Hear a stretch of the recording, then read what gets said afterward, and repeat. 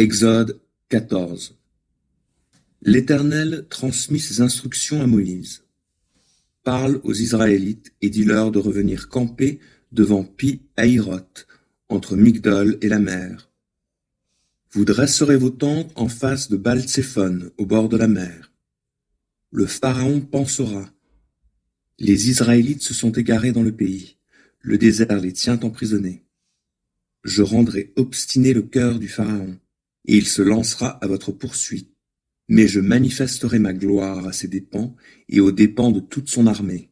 Et les Égyptiens sauront que je suis l'Éternel. Les Israélites se conformèrent à ses instructions. On vint informer le Pharaon que le peuple d'Israël avait pris la fuite. Alors le Pharaon et ses hauts fonctionnaires changèrent d'avis à leur sujet et dirent : « Qu'avons-nous fait là ? En laissant partir les Israélites, nous avons perdu notre main-d'œuvre. » Le Pharaon fit atteler son char et mobilisa ses troupes. Il choisit 600 de ses meilleurs chars qu'il fit suivre de tous les autres chars d'Égypte. Chacun d'eux était pourvu d'un équipage de 3 hommes. L'Éternel rendit obstiné le cœur du Pharaon, roi d'Égypte, de sorte qu'il se lança à la poursuite des Israélites qui étaient partis librement. Les Égyptiens les poursuivirent donc et les rattrapèrent alors qu'ils étaient campés au bord de la mer. Tous les attelages du Pharaon, ses hommes d'équipage de chars et son armée les atteignirent près de Pi-Hahiroth, en face de Baal-Tséphon. Le Pharaon s'était rapproché. En regardant au loin, les Israélites aperçurent les Égyptiens lancés à leur poursuite. Ils furent saisis d'une grande peur et poussèrent de grands cris vers l'Éternel. Puis ils se tournèrent contre Moïse et lui dirent : « N'y avait-il pas assez de tombeaux en Égypte pour que tu nous emmènes mourir dans le désert ? Pourquoi as-tu voulu nous faire sortir d'Égypte ? Nous te l'avions bien dit lorsque nous étions encore là-bas.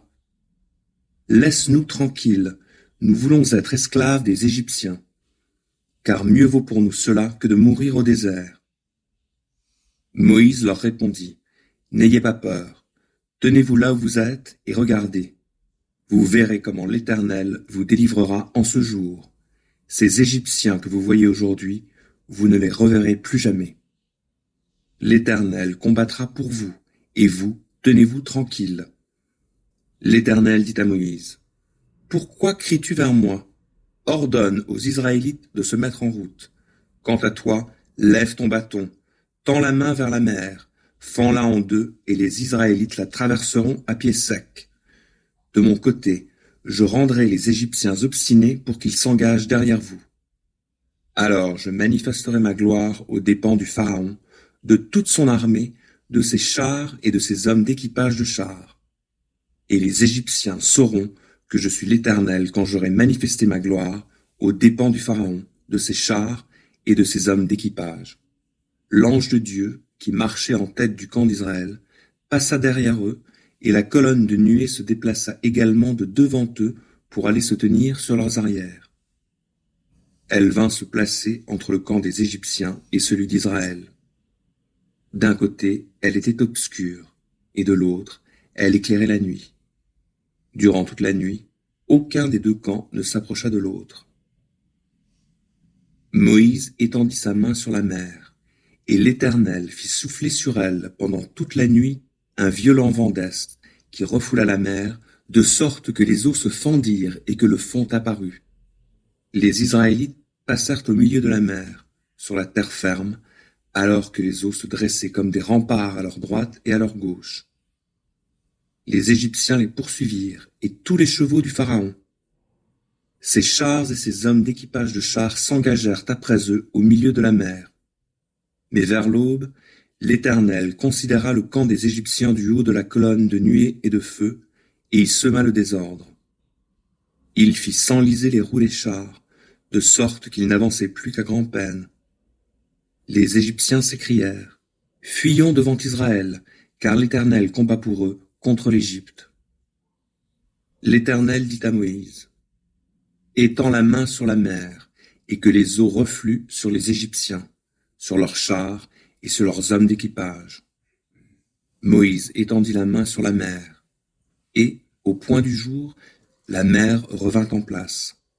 Les Égyptiens, qui battaient en retraite, trouvèrent la mer devant eux, et l'Éternel les précipita dans la mer. Les eaux refluèrent et couvrirent les chars et les hommes d'équipage de toute l'armée du Pharaon, qui s'était engagée à travers la mer à la suite des Israélites. Pas un seul d'entre eux n'en réchappa. Quant aux Israélites, ils avaient traversé la mer à pied sec, pendant que les eaux formaient une muraille à leur droite et une autre à leur gauche. En ce jour-là, l'Éternel délivra Israël des Égyptiens, et ils virent les cadavres des Égyptiens étendus sur le bord de la mer. Israël vit la grande puissance que l'Éternel avait déployée contre les Égyptiens, et le peuple eut de la crainte envers l'Éternel. Il eut confiance en lui et en Moïse, son serviteur.